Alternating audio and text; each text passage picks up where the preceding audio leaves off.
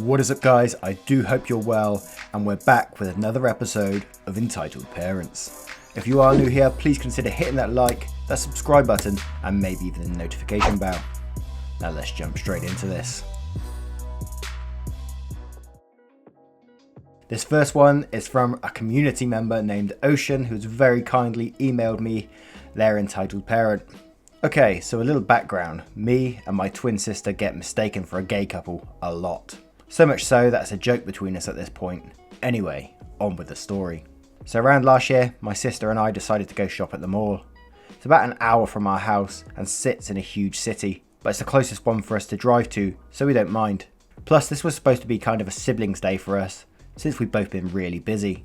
We were walking around the shops when I start to feel anxious. There are a lot of people in the mall that day, and I get bad anxiety and claustrophobic with crowds of people around me. I tell my sister this, and she holds my hand so I don't freak out. We move to an area of the mall where there aren't as many people, but I continue to hold her hand for comfort. We both had just walked out of a shop laughing when EM stops us. I don't really remember the full conversation, so this is from me and my sister's point of view. Excuse me, could you please tone it down? There are kids around. I'm sorry, are you talking to us? Well, you're the only gay couple prancing around, so yeah. We're not. I look at my sister, then realise we're still holding hands and laugh a bit. I'm sorry, miss, but you're miss... Damn right you should be sorry. There are kids around. Look, I get it, you gay people have rights and all, but that doesn't mean you can go around holding hands and confusing kids. Look, lady, if you weren't so damn rude, you would have heard my sister say that we're siblings and not a gay couple. So please take your head out your homophobic ass and stop harassing people. Have a nice day. After that, my sister pulled me away. I gave the lady a snobby grin and waved bye. The funny thing is, my twin is actually gay. Every time, I never know what to say with these entitled parents. But, actually, who spots a gay couple in the street and think, I've got to go and talk to them. I've got to go and tell them that they shouldn't be doing this. And they need to tone it down because they're confusing kids. Fair play to you for telling them to take their head out their homophobic ass. Once again, Ocean, thank you very much. We also have another community post from AJ. The backstory is, my mum has skin cancer and I have severe anxiety. She made me a Winnie the Pooh stuffed animal for me when I was still in her womb. I now carry it around with me everywhere to be with my mum 24/7. I know that sounds dumb, but it helps me calm down when either I'm crying because of my mum's cancer or when my anxiety creeps up on me and when I'm thinking of my mum. Okay, on to the story. I'm at college waiting for a class to begin. I'm clutching Winnie because I've started crying again. The crying lasts for 10 minutes. Just as I was going to put Winnie away, a small little hand grabs onto it. I look and see a young girl around 8. It should be known that my college offers a daycare for kids when their parents are in class. I look and see a girl around 8 standing in front of me next to her mum. It should be known that my college offers a daycare for kids when her parents are in class. I want it. No, sweetie, it's mine. I gently tug Winnie out of Easie's grip. Easy starts crying and her mum glares at me. You made my baby cry. I didn't mean to. It's just this stuffed animal is very important to me. Well, you made my baby cry, so give it to her. I clutch Winnie to my chest. No, my mother made it for me. Well, you don't deserve it. You're a selfish brat. Give it to my baby. I tighten my grip on Winnie as EM tries to grab it. Mummy, I want it. I know, Mum's gonna get it for you. Me, getting angry. No, you aren't. This isn't yours. Well, my child deserves it more than you selfish brat. Plus, you're too old for stuffed animals. EM grabs a hold of Winnie and tries to tear it from me. While doing this, she rips Winnie a little. I just snapped. I tore Winnie out of entitled mum's hand and scream, my mother made this for me and could be dying. This is my way of being with her 24/7. You really want to steal it from a person whose mother may be dying? As soon as EM heard mother and dying, she turned beet red out of embarrassment, grabbed EC's hand and walked away. They never get any better, do they? I mean, we had a story the other day about someone trying to take a teddy off someone in hospital when they're going through some serious spinal surgery. But then this one as well, when their parents go through sort of cancer, it's just, they're despicable, man. There's really sick people out there. I mean, I know myself, several of my family members are going through cancer right now, and it's fucking absolutely devastating. It has such an effect on people around you and wondering what they're thinking all the time. So, thoughts are with you, AJ. Who the fuck do you think you're touching? Hi, this is my first post here. Most of the conversations in this story were in my native tongue, Dutch, so I did my best to translate everything. This all happened a few weeks ago. As a bit of backstory, I'm a 22-year-old guy and lives with his mum and has 2 siblings. This story is about my YS and she's 17 years old. One day I was preparing dinner as my YS came home from school crying. My mum, who was sitting at the kitchen table, immediately rushed over to her and asked what was wrong. Turns out she was being bullied by some 19-year-old guy who failed to graduate school twice in a row.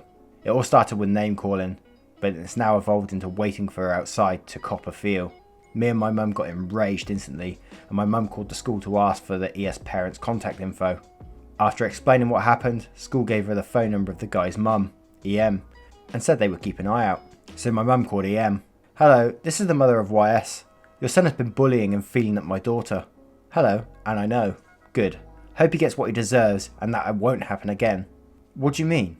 "Excuse me, your son has been sexually harassing my daughter and you aren't going to do anything about it?" "No. Why should I? I'd rather have him bullying people than being bullied." My mum was in complete disbelief and just decided to hang up. My YS used public transport to get around, but I decided I would give her a ride to and from school. For the next few days, I went to pick her up and nothing happened. But one day I saw my YS coming out of the building and getting cornered by a group of 3 guys. One was obviously older, so I knew it has to be ES. I got out of the car and made a beeline for this guy that was closing in on my YS. When I got there, I pulled him off her and pushed him back. "Who the fuck do you think you're touching? Who the fuck do you think you're touching? That's none of your fucking business. Now get the fuck out." "It is my fucking business, because that's my YS. Get out my way, or I'll make you." While smirking, "I would like to see you try." For context, I'm a pretty skinny dude and not intimidating at all, but I've been practicing martial arts for 11ish years, so I know how to land a punch or two. "Have it your way then." After saying this, he threw a punch my way, which I easily parried and blocked, and just pushed him back. "This is the last warning you will get from me. Back off now and nobody gets hurt." "You're only saying that because you don't want to get hurt." "Get him, boys." His second punch was very sloppy, right hook for my jaw, which I parried and blocked again fairly easily, but this time I added a counter punch and landed a direct hit in his celiac plexus. Landing a good punch there results in your diaphragm being pushed up and squeezing a lot, if not all the air out of your lungs. The moment ES hit the ground, both of his boys backed off immediately and left him behind. With ES on the ground wheezing to get some air back into his lungs, I walked my YS back to the car and just went home. About 5 minutes after we got home, my mum got a phone call from, you guessed it, the EM.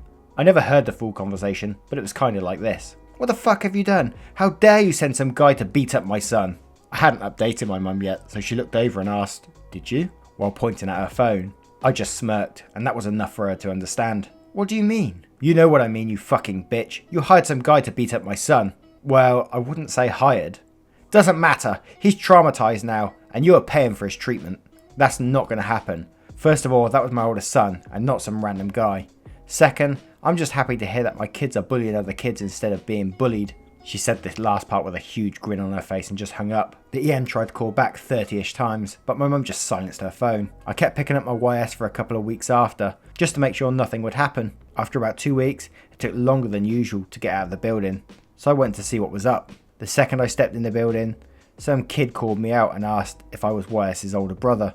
I said yes and asked what's up, and if my YS was okay. Turns out, she had to stay after class for a couple of minutes to get scolded on some little prank she pulled. The kid also told me beating up ES had spread like wildfire throughout the school. After talking to this kid for a while waiting for my YS, I find out that ES had been terrorising the whole school, and nobody did a thing about it. Even the school went easy on him for whatever reason, and after I put him in his place, everyone realised what a pushover he really was. There was like the middle part of that sort of reminds me of like one of those 80s Karate Kid movies where his friend's there and he says, "Get him, boys." But yeah, it's always nice to see I love a bully revenge story, you know. Once again, guys, I'd like to thank you for being here, supporting the channel. It really means the world to me, so thank you very much. Take care now. Goodbye.